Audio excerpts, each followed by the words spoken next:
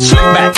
No, slick back. That's what I said. Slick back. No, nigga, I'm a pimp named Slick back. Pimp named Slick back. Pimp named Slick back. Nigga, are you dead? I'm a pimp named Slick. Assalamualaikum warahmatullahi wabarakatuh. Perkenalkan, nama saya Wirang Putri Rahmani dengan NPM 1822076 dari kelas B Program Studi Rekayasa Sistem Komputer.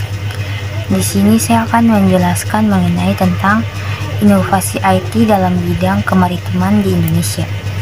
Yang pertama ada Automatic Identification System atau biasa disebut dengan AIS, adalah sebuah sistem pelacakan otomatis yang digunakan pada kapal dan dengan pelayanan lalu lintas kapal untuk mengidentifikasi dan menemukan kapal secara elektronik, pertukaran data dengan kapal lain di sekitarnya, dan satelit yang secara otomatis mengirimkan AIS ke segala arah.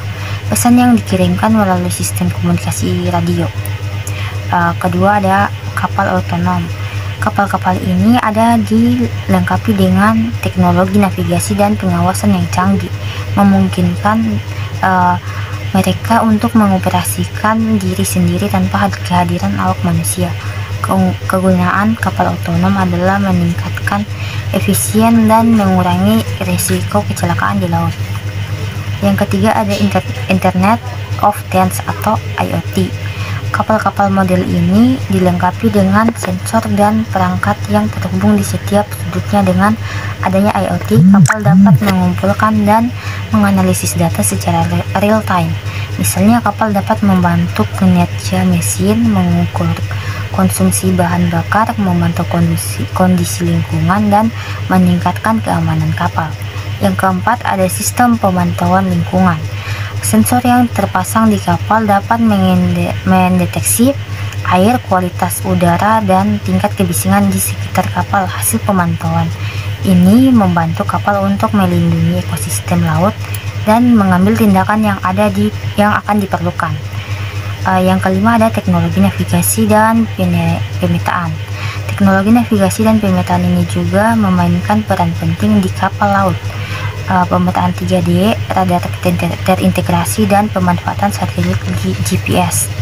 Peningkatan kemampuan navigasi dan kesadaran situasional di kapal sehingga meningkatkan efisien dan keamanan operasi. Yang keenam ada alat pendeteksi tsunami yang bernama Buoy. Alat pendeteksi ini mendeteksi secara dini apakah ada potensi tsunami setelah terjadinya gempa bumi di tengah laut. Cara kerja alat ini ada suatu item yang ditempatkan di dasar laut, namanya tsunami meter. Tsunami meter ini mendeteksi juga merekod jika ada tekanan, gerakan, atau hal-hal yang tidak biasa terjadi di dasar laut.